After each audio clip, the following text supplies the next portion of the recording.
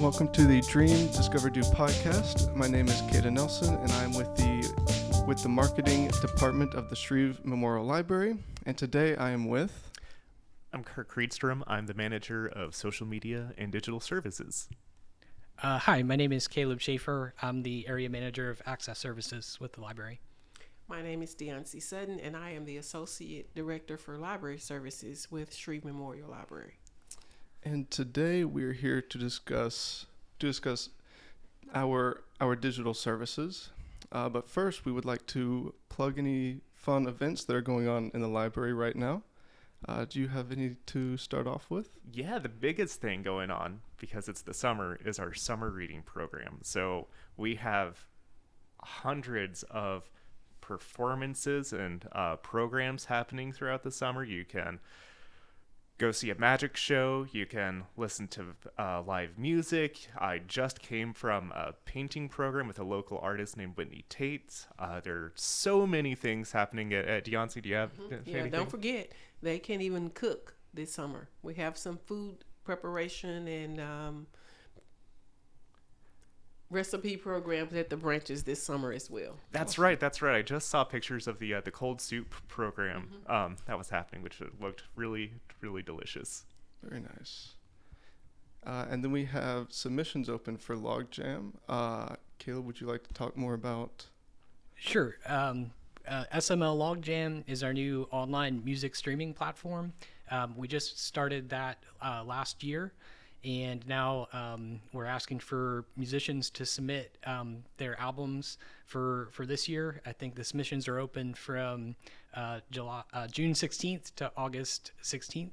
So they'll get 3 months to try and get their submissions in. So if you're a local musician, please check out our website and submit your music.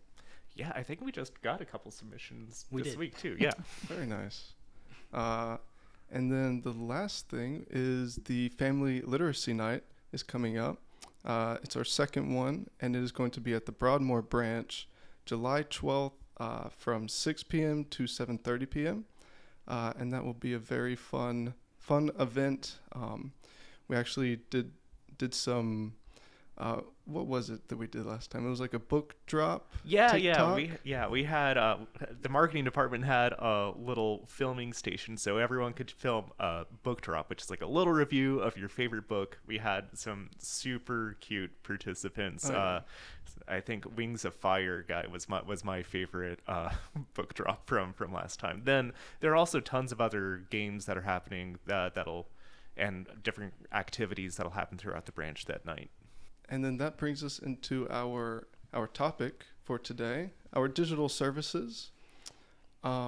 We provide quite a lot of digital services. Let's see, we got Hoopla, we got Overdrive, we got Canopy. So many. Whenever I do a bunch of the new employee trainings for our digital services that I had taken over from Caleb from back in the day. I always say it's kind of like our secret menu items. So there's stuff you can read, you can learn how to code, you can learn all kinds of history. There are old newspapers that you can access back to the 1800s through ProQuest. You can look up your family tree with the library version of Ancestry. I could go on and on and on, but I won't hog all of the conversation. Well, I'm just excited about the direction the library is headed. We've come a long way, and we really do offer a lot of digital services. That way people can kind of take the library with them wherever they are, and I'm excited about that. Awesome. And it is also National Audiobook Month this month, which also makes this a very special topic. Yeah. When Kirk was saying that a lot of our digital services are hidden, Overdrive and Hoopla are probably far from hidden at this point. Yeah. They are taking up a lot of our circulation, and a lot of people use them. I think the convenience of being able to check out library items on your mobile phone is really a big game changer for us in terms of people being able to use their library card wherever they are. And in Hoopla, people can borrow all sorts of materials.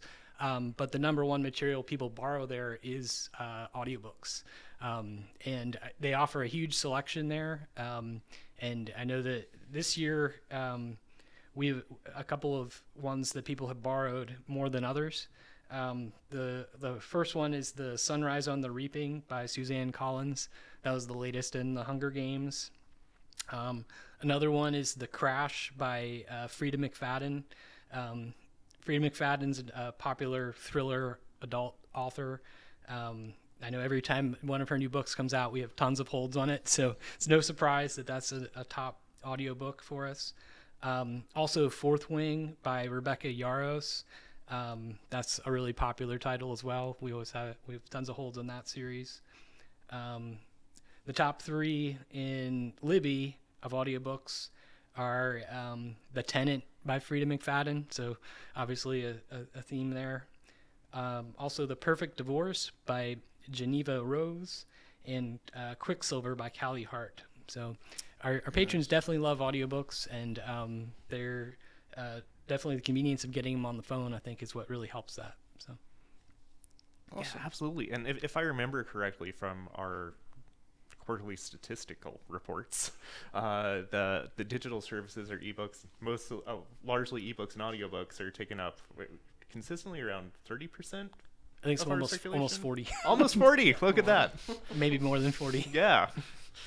Yeah, I think our patrons are really, we have a hit with the digital services, and people are really busy these days. So being able to access the services via their mobile phones and laptops and other devices is really a big hit with our patrons. Yeah, absolutely. This might be a good point to talk about a couple of the differences between Libby and Hoopla, because they are slightly different. You can get ebooks and audiobooks on both of them, but they are a little bit different. So with Libby, I always say that we get to choose what goes on to Libby. So we license individual titles. And this is a little inside baseball, but that is what that's why we have users have holds on items in Libby, and then with Hoopla you get 10 instant borrows every month. And music is available on Hoopla, right? That's right. Yeah. So with So with Hoopla, there are ebooks, audiobooks, comics, movies, TV, music, and a thing called binge passes too, where you use one of those borrows and you can get access. It's like having a Netflix account for 7 days. And so they'll have things like Medici TV, which is live streamed concerts. They have classical music, jazz, opera. They in fact they have a couple Shreveport musicians who are on there too. So Van Cliburn was a very famous classical pianist from Shreveport. There are a bunch of his concerts on there, and then Brian Blade, the jazz drummer from Shreveport, is on there too. Very nice. I did not know that Van Claiborne was actually from Shreveport. Yeah. That's he crazy. split his time between Shreveport and I think he was born in Kilgore. Oh yeah. Very nice. And we also have a service where we patrons can access training, and that's Udemy. That's right, and that's pretty new. Do you want to talk about Udemy a little bit, Caleb?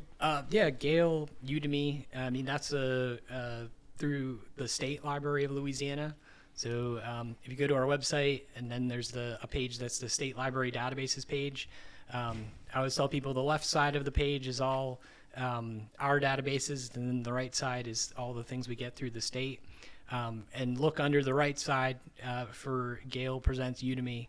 And you can get all sorts of classes there. I know staff have done professional training in there, but it also has other creative type training. I took some guitar courses. There was a course about learning various scales. There was another course about playing in different styles. And there's just all sorts of other technology courses that you can take there. So if you're looking to learn a software, looking to learn a new skill at your job, that's a good place to look. Yeah, everything Microsoft Office suite. You can even learn what pivot tables are in Excel. And what else do they have? If you want to go into cybersecurity, I know it's a hot industry here. They have tracks for the CompTIA test too, which was a pretty big deal.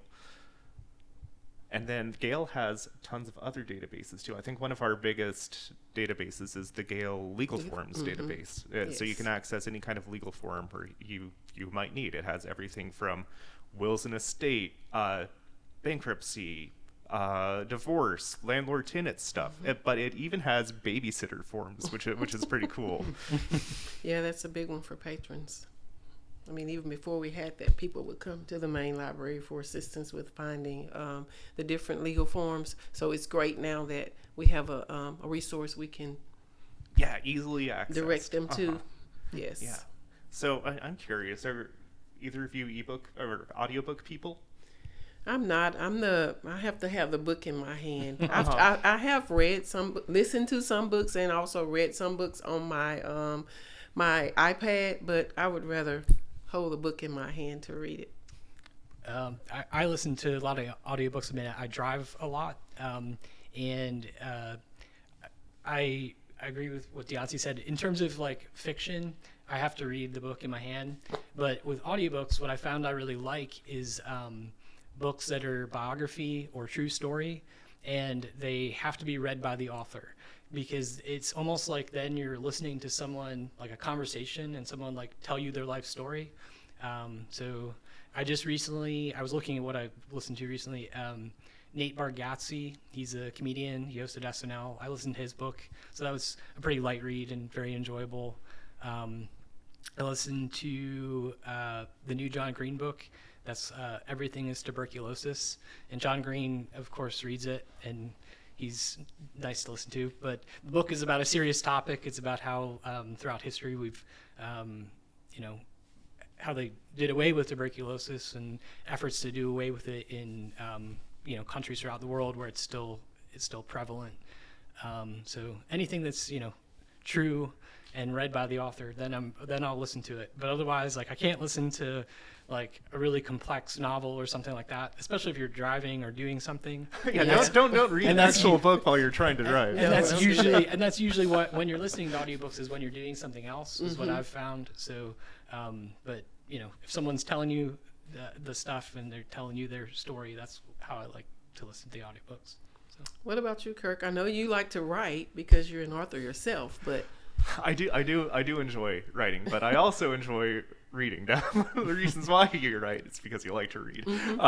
So I'm a on and off ebook person. I also like to hold a physical book, especially because I stare at screens for most of the workday anyway. So it's nice to get a little screen break. But I am a big audiobook person too. I just listened to Rebecca Mackay's I've Got Some Questions for You. It was fantastic. Mystery, and podcast adjacent. Was a journalist who went to her former boarding school and rediscovered a mystery that had taken place when she was a student there, and she was a journalist and was leading students through making their own podcast, and that was pretty cool. And I was just listening to This Is Your Brain on Art, which is kind of like the neuroscience of what happens when you are painting or drawing or dancing or participating in some kind of arts activity, which was absolutely fascinating. I often listen while I'm walking or doing the dishes, definitely while I'm driving. I'm actually about to go take a little trip to Dallas this weekend, so I will probably be listening to an audiobook on the way. Very nice. I'm like torn on audiobooks, because similarly, fiction I cannot listen to audiobook wise. It's kind of what like made me stop liking reading growing up, is because like we like kind of moved from reading the physical book to audiobooks during class, and I just couldn't focus that way.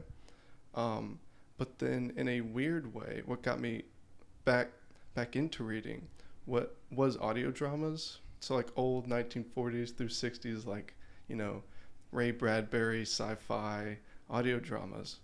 And so those really helped me to like start learning that I liked reading, and it got me into reading physical books and even listening to audiobooks. But I think for me, there just has to be like a really good narrator. I think that really makes or breaks like an audiobook for me. If it's like an old British voice, that's gonna kind of put me to sleep. But if it's like a John Green or something like that, like I really can engage with it. So I do find myself liking nonfiction audiobooks in a very similar way. But also podcast, audio drama podcast. I think R.L. Stine has one that we talked about. Yeah, and you can access it with a binge pass on Hoopla. Exactly. Yeah. Uh-huh. Yeah. And that one, even though I'm 25, I still really liked it. And I was like listening to it while editing videos here, which was actually really nice. But most of the time, I like having physical, media, physical, DVDs or books. But audio has definitely helped shape me wanting that, if that makes any sense. Yeah, so. Yeah. A lot of times you'll hear that audiobooks can be a gateway for reluctant readers into the physical book. Yeah. Uh-huh.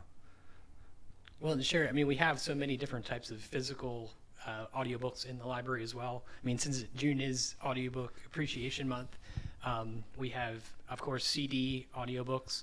We have devices called playaways, which are much smaller, maybe a little bit less cumbersome than a bunch of discs of CDs. We also have the newest thing that is a combination book and audio player. They're called Wonder Books, or we also have Vox Books, and they've been super popular with our children and parents. So that's what when Kirk was saying learning to read, those are a handy tool for parents if you want to use them. I mean, it'll be a storybook with the player attached to it, and honestly, every one of those that gets published, I feel like we're buying copies of them for the library and making sure that people can check them out. And they're not just for kids too. I mean, we've also have YA novels that way, and there are also slowly some adult novels that are coming out that are the Wonder Books or the Vox Books. So that's super cool. That really would have helped me as a student reader too. I've learned that I really had to listen to the book while I was reading it to retain things for a test or a quiz. And those little playaways are pretty neat. I'm gonna age myself here. Like they look kind of like a Zune from like way back in the day, with the pre iPod. And we've got a little walking club that meets at the North Shreveport branch. A lot of times they'll pick up a whole bunch of little playaways and listen to those while they walk. They're also great for road trips because you don't need internet connection. It's already got the audiobook on it. I know we have some dedicated patrons who they only check out the playaways. Oh, that's fascinating. Yeah. Oh, wow. Very popular. Yeah. What other digital services do you all use? I read comics a lot on Hoopla, and one of the things that's cool about that is they'll have the issues available as soon as they come out. So there's not really any waiting. So if you're reading the series as it's getting released, you can have the next issue when it's available. Yeah, that is really cool. They've got everything from like the old Archie comics to and the new Archie comics, because Archie is still Archieing, but all the way to like Saga. They've got a bunch of Snoopy and Peanuts too. There's something for everyone on the comic scene on Hoopla.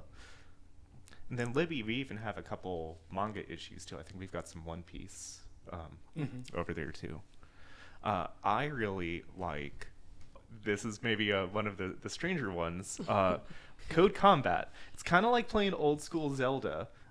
So it looks like an old RPG, but it teaches you how to code through playing a video game. And so instead of moving your character around with a controller with arrows on a keyboard, you have to actually like write the actual code to make them move around or to fight off a villain or something like that. And it's for grades, basically like 3 and up. It gets really hard and complicated, and you can choose different kinds of coding languages too. So it has Python, which is what a whole bunch of apps are made with.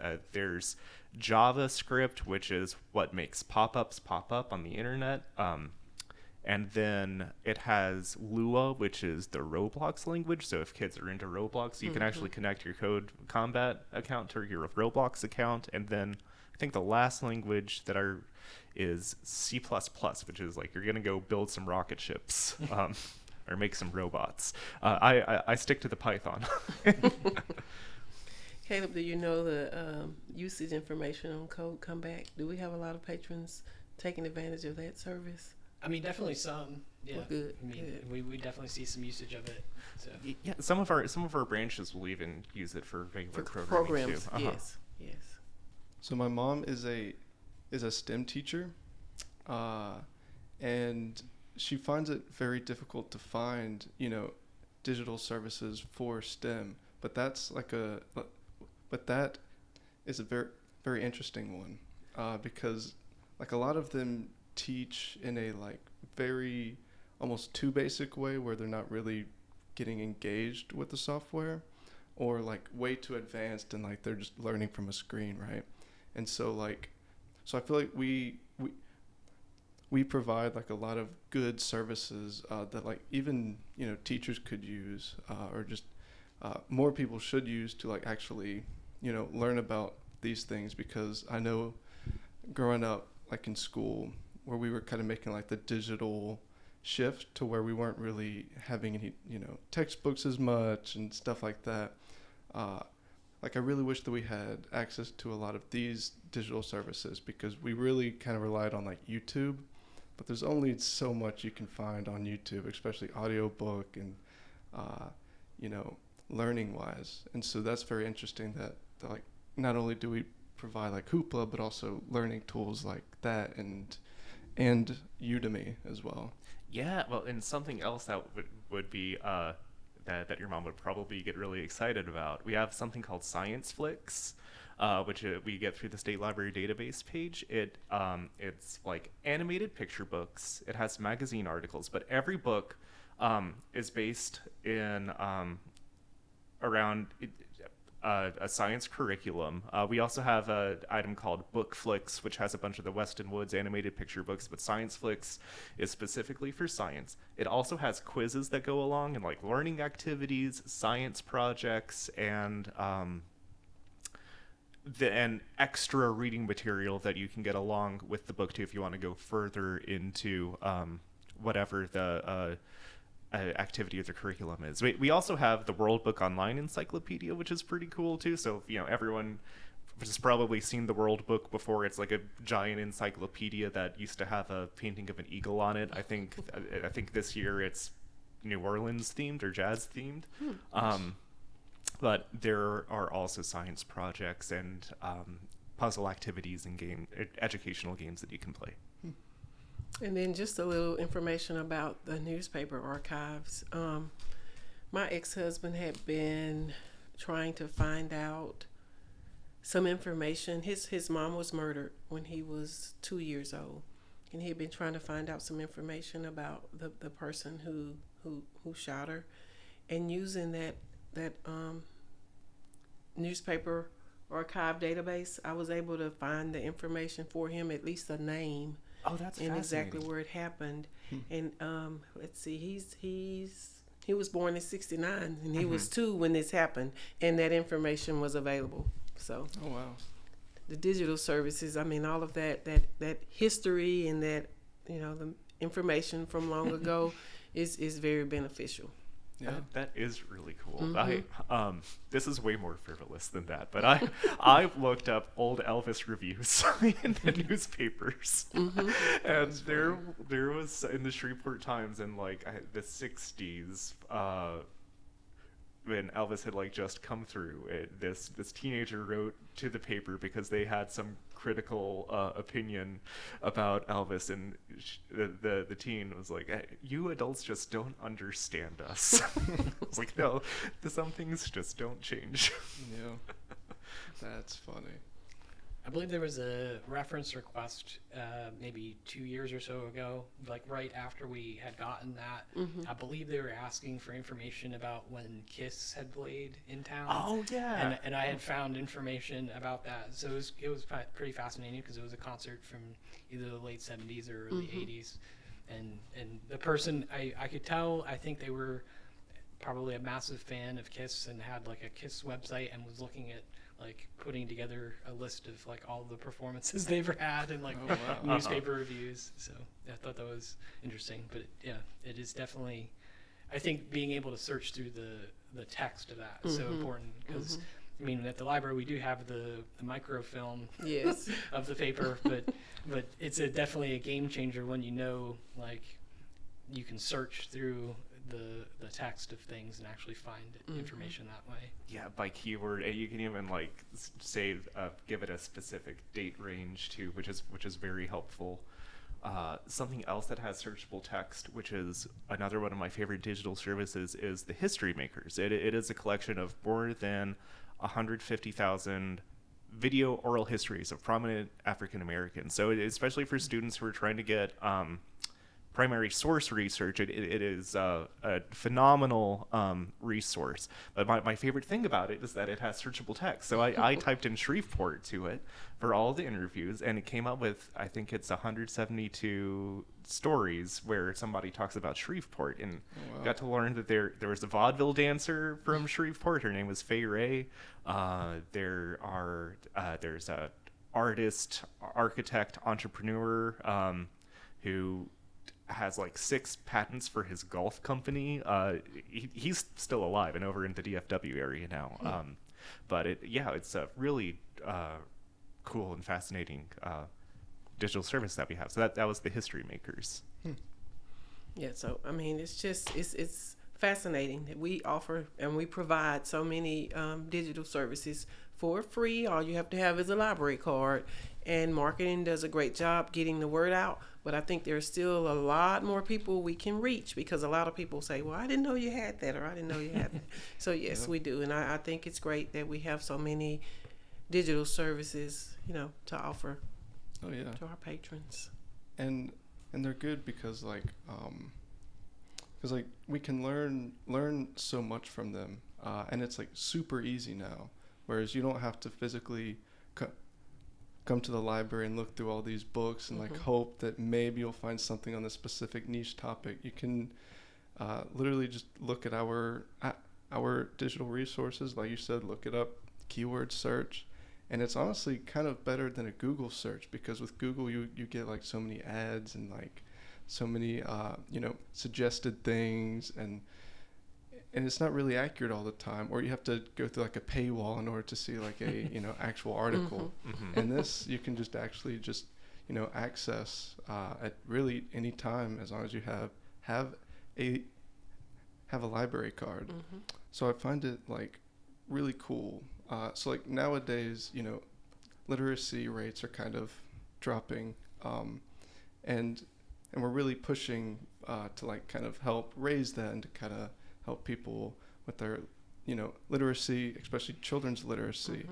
And these digital things are actually getting kids to come to the library, because I think every student in Caddo Parish has a digital virtual library card? Yeah, and that gets them 2 physical items that they can check out. Access to, you know what we haven't talked about yet is Homework Louisiana. Yeah. So they get access to Homework Louisiana, which is a free one-on-one online tutoring program through the State Library database page. It's for kindergarten through adult learners. All of the colleagues who have used it with their kids who I've talked to say this. The tutors are excellent, and they don't just give the answer right away. They help the student actually work through the problem, which is really helpful. And we also, although students are able to access Sora on their school properties, we also have a link to that on our database page as well, right? Yeah, and they can access ebooks and audiobooks, and they can use their virtual library card to access those services. Very nice. So, let's see, and I think we're getting close to time here, so we can just wrap it up with if there's anything that you've been holding back about audiobooks or our digital services that just have to. I'll just give a plug. This is kind of a digital service, but within the past 2 or 3 years, we've added the SML to Go mobile app. And with the mobile app, you can download it on an iPhone or an Android phone, either device, and you can manage your library account. You can put items on hold for pickup at the library. So it's a super convenient way to use your library card. So check it out. Go to the App Store and just type in SML to Go, and you can download it there. Very nice. That's right, and we just launched this new version of the app was that in May? Yeah, it was in the spring. Yeah. And yeah, it's great. Whenever I'm in a branch trying to find one particular book, if I don't remember the Dewey Decimal System, just look it up in the SML to Go app and see if it's there and walk right to the section. Awesome. And then July 12th is Family Literacy Night, so definitely come out to that. That's at the Broadmoor branch. And it is still summer reading program. We have a ton of events coming up. Check our calendar for that. And summer reading goes through July 31st. Perfect. So yeah, you can still log your books in Exactly. a little while after that too. Yeah. We've had some completers already too, drawing prizes. Oh, really? Yeah. Mm-hmm. And we have lots of prizes and incentives this summer. So. And then don't forget Logjam. If you're a local artist, please submit. We would love to hear what you have, and hopefully we'll see you on the Logjam website. And until the next episode, we will see you later. All right. Bye.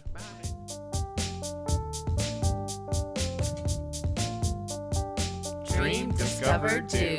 Shreve Memorial Library and you.